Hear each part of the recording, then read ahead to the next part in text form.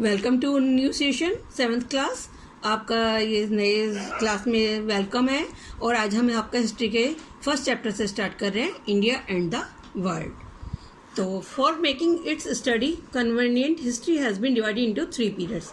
जैसे आपको बताया कि हिस्ट्री को कन्वीनियंट बनाने के लिए एंशिएंट, मेडिवल और मॉडर्न पीरियड में हमने 3 पार्ट्स में डिवाइड किया हुआ है। और ये डिवीजन जो है ये शो करती है उस समय के टाइम ड्यूरेशन को, covered by each of these on the historical time scale.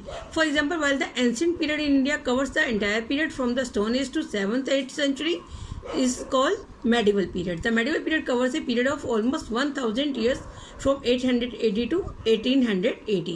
तो पहले आदि मानव का समय था, तो वो आपका एंशिएंट में आता है। फिर उसके बाद 800 से 1800 तक का बीच का समय मेडिवल पीरियड में आता है और इसके बाद का आपका मॉडर्न हिस्ट्री में। It is that period that falls between the ancient and the modern period in India. The 8th century is generally taken as the beginning because society, economy, polity, religion and culture underwent many changes during this century. तो 8th century जो थी इस समय बहुत beginning हो गई थी, बहुत सारे परिवर्तन की समाज में, आर्थिक व्यवस्था में, राजनीतिक व्यवस्था में, धर्म में, कल्चर में, सब चीज़ों में बहुत सारे चेंजेस आ रहे थे. Similarly, the 18th century witnessed many more changes marking the end of the medieval period and the beginning of the modern period. Same 18th century में हुआ. Modern period began from the 19th century and the continues till date. Generally, we think of these as periodic division of history, but it is much more than that. In fact, they reflect a number of significant changes that took place in all the areas of life during some specific periods. In 647 AD, after the death of Harshvardhan, तो हर्षवर्धन की जब death होती है 647 AD में, यहाँ से हम मानते हैं आपके मेडिवल पीरियड की, many regional kingdoms come up through out the Indian सब कॉन्टिनेंट. बहुत सारे जो रीजनल किंगडम्स थे वो भारतीय उपमहाद्वीप में आ गए थे. By the 8th century, a long struggle for power took place among most of the major regional kingdoms. But none was victorious. Turkish invasion marked the beginning of the medieval period in India. तो उन सब सफल नहीं हुए, लेकिन जब Turkish इन्वेशन हुआ India में, वहाँ से हम शुरुआत मानते हैं मेडिवल पीरियड की. The 13th century saw the beginning of the rule of the Turkish and Afghan Sultan. These sultans ruled from Delhi. इन्होंने दिल्ली में राज किया और इसको हम दिल्ली सल्तनत के नाम से भी जानते हैं. The phase of medieval history is known as the Sultanate period. In the 16th century, a new line of rulers known as the Mughal dynasty replaced the sultans of Delhi. The Mughal rulers built a vast empire with most of the Indian subcontinent under their control, which led to the growth of a mixed culture.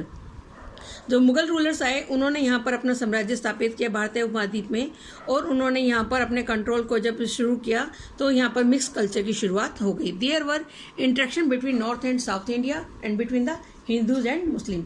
North और south India के बीच में और हिंदू और मुस्लिम दोनों धर्मों के बीच में कल्चर एक्सचेंज हुआ, ग्रोथ हुई नए कल्चर की, और रीजनल और कास्ट डिफरेंसेस जो थे वो सामने आए. It was the true Indian culture. The Muslim dynasties, particularly the Mughals, provided about 2 centuries of political stability to the country. तो लगभग 200 साल उन्होंने हमारे को पॉलिटिकल स्टेबिलिटी दी. This led to an increase in trade and the rapid growth of towns and cities. इसी की वजह से यहाँ पर बहुत ज़्यादा ग्रोथ भी मिली. Trade led to greater interaction between the people from different parts of the world. India adopted many things from the cultures of other countries. During the medieval period, Islam spread in India. और इसी समय medieval period में इस्लाम की शुरुआत होती है India में. The coming of the Bhakti and Sufi movement spread the message of devotion to God and kindness. तो सूफी मूवमेंट हुआ, भक्ति मूवमेंट हुआ, जिसने भगवान के प्रति डिवोशन और दयाल मानवता के प्रति दया की शुरुआत की. Towards of all forms of life including human beings. India is subcontinent of many names. India जो एक उपमहाद्वीप था इसको बहुत नाम से जाना जाता था. India is a subcontinent which is a distinct geographical unit unlike many other countries. It has been known by many names during different period of history from Aryavarta से भारतवर्षम तक और हिंदुस्तान तक इसके कई नामों को लाया गया. Persian were the first people who use the term India. Persian पहले थे जिन्होंने इंडिया टर्म यूज की, because this land was watered by the river Indus. Indus river से पानी आता था, इस कारण. River was called Sindhu by the native people. The term Hindu was a twisted form of Sindhu. उसकी ट्विस्ट फॉर्म थी हिंदू, सिंधु की. The Zend Avesta, the holy book of the Parsis, use the term सब सिंधु. और होली बुक जो है पारसीज की जैनदवेस्ता, उसमें इसको सब सिंधु के नाम से जाना गया. In Persian and Arabic the term Hind denotes the Indian subcontinent. The reason is that when the Arabs come, they saw the river first and named the country Hind. उन्होंने पहले हिंद नदी को देखा और उसके बाद इसको हिंद का नाम दे दिया. It was called Jambudvipa.